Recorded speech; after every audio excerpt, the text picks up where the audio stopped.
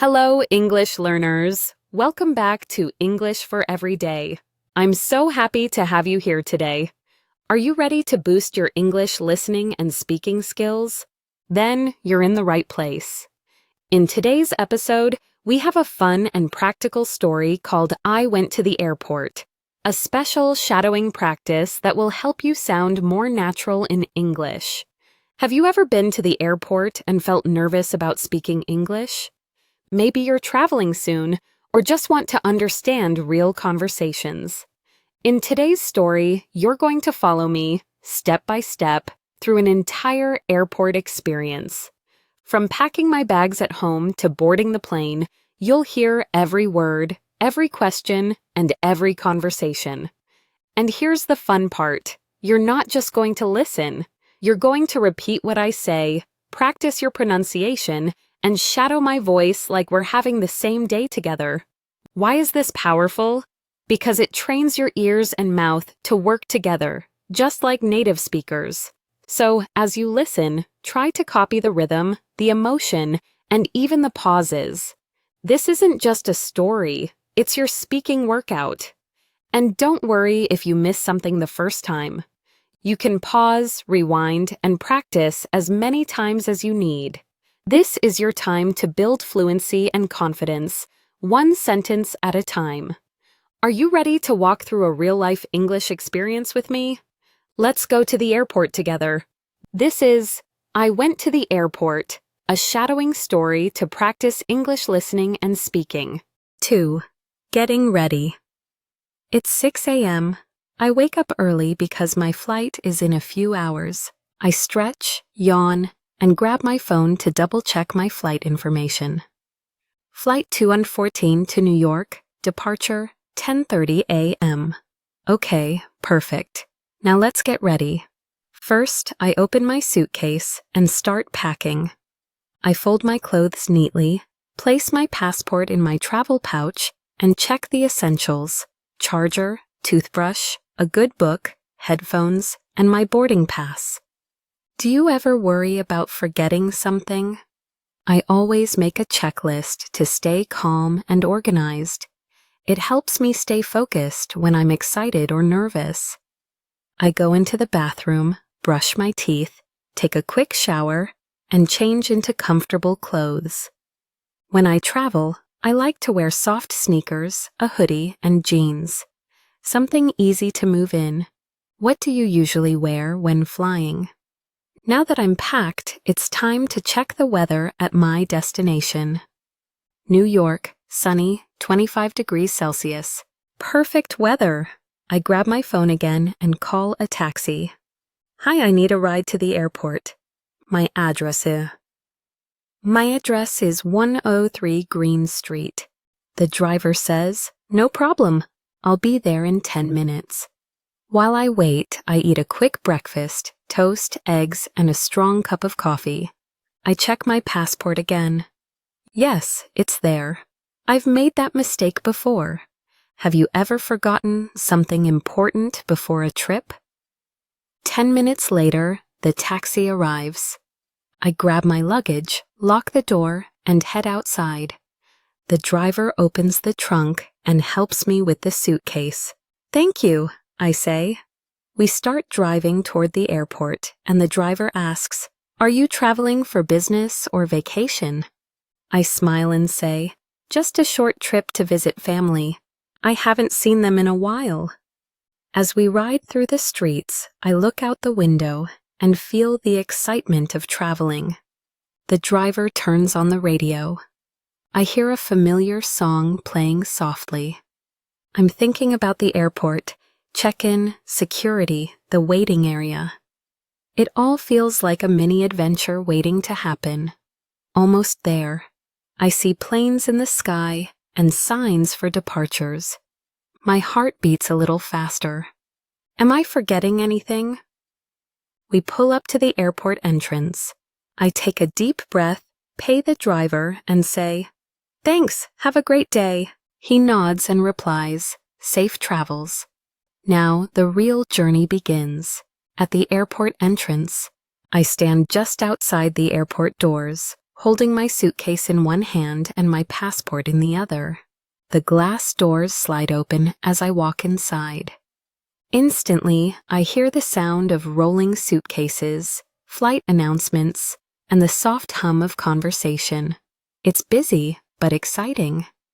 This is the beginning of the journey. The first thing I do is look around. Where's the departure board? I walk up to a digital screen and read it carefully. My flight is listed, Gate 14 on time. That's good news, but I still need to check in. I look around again and see signs as sums hanging from the ceiling, check-in counters. Perfect. I start walking in that direction, pulling my suitcase behind me. As I walk, I hear different people speaking English with all kinds of accents. Some are asking for directions. One man says, "Excuse me, where is Terminal B?" Another woman says, "Is this the line for international check-in?" I keep listening. This is a great chance to practice real-world English. These small moments are powerful learning tools if you pay close attention. I approach an airport employee in a blue uniform and ask, "Hi, excuse me, can you tell me where the check-in area for Airworld is?" She smiles and replies, "Of course. It's straight ahead, then turn left. You'll see the Airworld counters next to the coffee shop." I thank her and follow her directions quickly. As I walk, I rehearse what I might need to say at the check-in counter. "Good morning. I'm flying to New York. Here's my passport." It helps to prepare in your head before speaking, especially in a busy place like this. Do you ever do that too? There's a short line at the counter, so I wait patiently. In front of me, a man is having trouble with his ticket. I hear the staff member say, "Your booking is under a different name. Do you have another ID?" The man nods and shows another document. It's a reminder, always double-check your booking name before arriving. Finally, it's my turn. I take a deep breath, double-check my passport and boarding pass again. Then I roll my suitcase forward and step up to the counter with a confident smile. The woman behind the desk looks up and says, "Good morning. Where are you flying today?" And I say, "New York, please. Check-in counter conversations." The woman at the counter smiles politely. "May I see your passport, please?" I hand it over and reply, "Sure." Here you go." She types something on her keyboard and checks the screen. "Are you checking any luggage today?" she asks. "Yes, just this one," I say, lifting my suitcase onto the scale. She prints a baggage tag and attaches it to the handle. "Your bag is under the weight limit. You're all set," she continues. "Do you have any liquids, batteries, or sharp items inside?" I shake my head and respond, "No, I made sure to remove all of that." She gives a nod of approval and keeps typing. Then she asks, "Would you like a window seat or an aisle seat?" I think for a moment. "Aisle seat, please." I like having the freedom to stand up and move around. She smiles again. "You got it. Seat 21C, here's your boarding pass." She hands it to me, and I look it over. Flight number, gate number, boarding time. Everything looks good. "What time does boarding start?" I ask. "Boarding begins at 9:45 a.m. at gate 14, she replies. "Please arrive at the gate at least 20 minutes before departure." "Thank you so much," I say, putting the pass into my travel pouch. I step aside and take a deep breath. One step closer to my destination. As I walk away from the check-in counter, I hear other passengers going through the same process. One man says, "I think I lost my reservation number." Another woman says, "Can I bring this small bag with me on the plane?" These are all useful phrases to remember if you're flying. I pass by the airline's self-check kiosks too. They're useful if you want to skip the counter. But for today, I preferred to speak to a real person. It helps me practice speaking and listening, and that's the goal, right? Before I head to security, I double-check everything one last time. Passport? Check. Boarding pass? Check. Nothing in my pockets that might delay me? All good. I follow the signs towards security checkpoint with a calm, confident step. It's time for the next part of the journey and a few more chances to practice real English. Security check. I follow the signs to the security checkpoint. There's a line. Some line. But it's moving steadily. As I approach, I see people taking off their shoes, placing laptops in trays, and walking through metal detectors. I feel a little nervous, even though I know I haven't done anything wrong. Do you ever feel that way too? A security officer smiles and says, "Boarding pass and ID, please." I hand over my passport and the boarding pass. She checks them quickly and says, "You're good. Step forward." I walk to the conveyor belt and see a sign. Remove laptops, tablets, and liquids from your bag. Take off your jacket and shoes. Empty your pockets. I follow the instructions carefully. I take off my hoodie and shoes, place them in a tray, and pull out my laptop. Then I slide my backpack onto the belt. "Step through the scanner, please," says another officer. I walk through, beep. Oh no, I forgot to take my keys out of my pocket. I smile awkwardly and say, "Sorry about that," and hand over the keys. The officer laughs. "No problem. It happens all the time." I pass through the scanner again. This time, no beep. I feel relieved. On the other side, I collect my things and double-check. Phone, wallet, passport, laptop, everything is there. As I tie my shoes, I look around and hear different conversations. One woman says, "Excuse me, where can I refill my water bottle?" Another man asks, "Do I need to take off my belt too?" These questions are common and useful to understand. Sometimes security checks feel stressful, but they're part of the process. Staying calm, listening carefully, and using polite English really helps. Once I'm ready, I throw away my empty coffee cup in the recycling bin and head toward the departures area. I check the screen again. Gate 14, boarding at 9:45 a.m., on time, still good. I take a deep breath and smile. That part is over. I survived security. Now it's time to relax a little, maybe get something to eat, or find a quiet spot to sit. As I walk toward the food court, I realize something. I've already spoken English 5 or 6 times since arriving at the airport, and each time I've felt a little more confident. This is real-life English practice in action. Waiting area. After passing security, I step into the departure area. It feels like a mini city. Bright lights, shops, restaurants, and lots of people. I glance up at a big digital screen. Gate 14 is still on time. I have about an hour before boarding starts. Plenty of time to relax. I find a nearby cafe and step in line. The barista behind the counter greets me with a smile.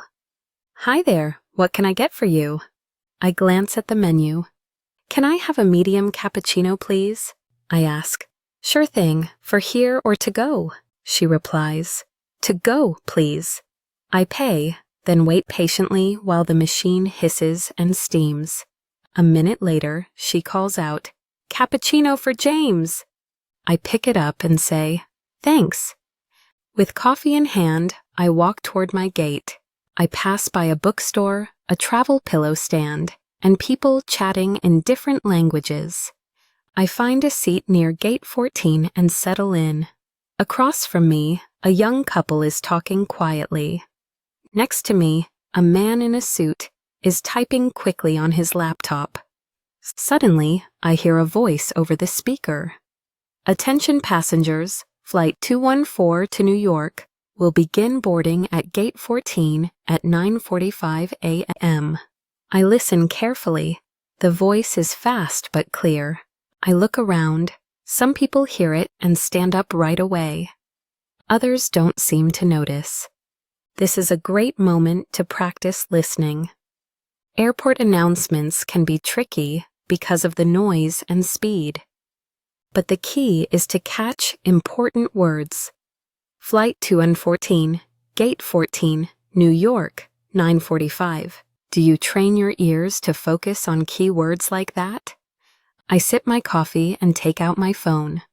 I check some messages and scroll through photos of the trip I'm about to take. It's exciting to travel, but also a little emotional. I'm going to see people I haven't seen in a long time. While waiting, a woman next to me smiles and asks, "Is this the line for New York?" I reply, "Yes, it is. They haven't started boarding yet." She nods and says, "Thanks, I always get nervous at airports." I laugh and say, "Me too. You're not alone." Sometimes a small conversation can make you feel a lot more relaxed. Boarding the fly. It's 9:45 a.m. A boarding announcement echoes through the terminal. We are now inviting passengers in Group A to board Flight 214 to New York at Gate 14. People around me begin standing up, grabbing their bags, and forming a line. I double-check my boarding pass. Group B. Not yet, but soon. A few minutes later, the speaker calls again. "Now boarding Group B." That's me. I gather my things, stand up, and head toward the gate. The airport staff smiles and says, "Boarding pass, please." I hand it over and say, "Here you go." She scans it and replies, "Thank you. Have a good flight." As I walk down the jet bridge, I feel a mix of excitement and calm. This is the final step before the journey really begins. I enter the plane and a flight attendant greets me. "Welcome aboard. Your seat is on the left." I smile and say, "Thank you." I find seat 21C, the aisle seat I requested. I put my backpack in the overhead bin and sit down. The seat feels comfortable. I buckle my seatbelt and glance around. People are still boarding. Some are stowing bags. Others are looking for their seat numbers. A flight attendant walks by and says, "Please make sure your seatbelt is fastened and your electronic devices are in airplane mode." I pull out my phone and switch it. A few seconds later, another announcement begins. "Good morning, passengers. This is your captain speaking. Welcome aboard Flight 214 to New York. We expect a smooth flight of approximately 6 hours. Hearing the captain's voice always makes things feel official. I take a deep breath and sip the last of my coffee before the flight attendant collects the empty cup. Next to me, a man is putting on headphones. He smiles and says, "Excited for the trip?" I reply, "Yeah, it's been a while since I've flown." He nods. "Same here. Hope it's a smooth ride." Soon, the cabin crew gives the final safety instructions. Please locate the nearest exit and follow the safety card in the seat pocket in front of you. I listen closely and follow along with the demo. It's easy to ignore, but important to know. The plane begins to move slowly toward the runway. I feel the vibration, hear the engines, and watch as the ground crew waves goodbye. It's time. We're about to take off. As the plane lifts off the runway, I look out the window, even from the aisle seat. The sky is clear. The city below gets smaller and smaller. The engines roar, then smooth out into a soft hum. We're in the air. I lean back in my seat, take a deep breath, and smile. The journey has officially begun. I think back to everything I did this morning. Waking up, packing, ordering coffee, asking for help, going through security, listening to announcements, and boarding. Every step involved using real English in real situations. And you were with me the whole way. This wasn't just a story, it was an entire English learning experience. You heard how to check flight details, how to ask for directions, how to respond at the check-in desk, how to understand airport announcements, and how to have simple, friendly conversations. That's how language works in the real world, piece by piece, moment by moment. And here's the best part. You didn't just listen, you shadowed, you repeated, you copied rhythm, pronunciation, tone. That's powerful. That's what trains your brain to think in English. If any part felt too fast, don't worry. You can rewind, you can pause, you can repeat this video every day. Each time you shadow this story, you'll understand more, sound better, and feel more confident. It's not about being perfect. It's about practicing consistently. Language learning is a journey, just like this trip. And the more real you make your practice, the faster you grow. So now I have a question for you. Where are you going next? Maybe not on a plane, but in your English journey. What's the next conversation you want to master? The next real-world moment you want to be ready for? Whatever it is, you're getting closer with every sentence you speak. If you enjoyed this video and found it helpful, hit the like button so more learners like you can find it. And if you want more real-life English stories to shadow and practice with, subscribe to the channel and turn on notifications so you never miss one. You've done amazing work today. Keep going, keep practicing, and I'll see you in the next shadowing story. Safe travels and happy speaking.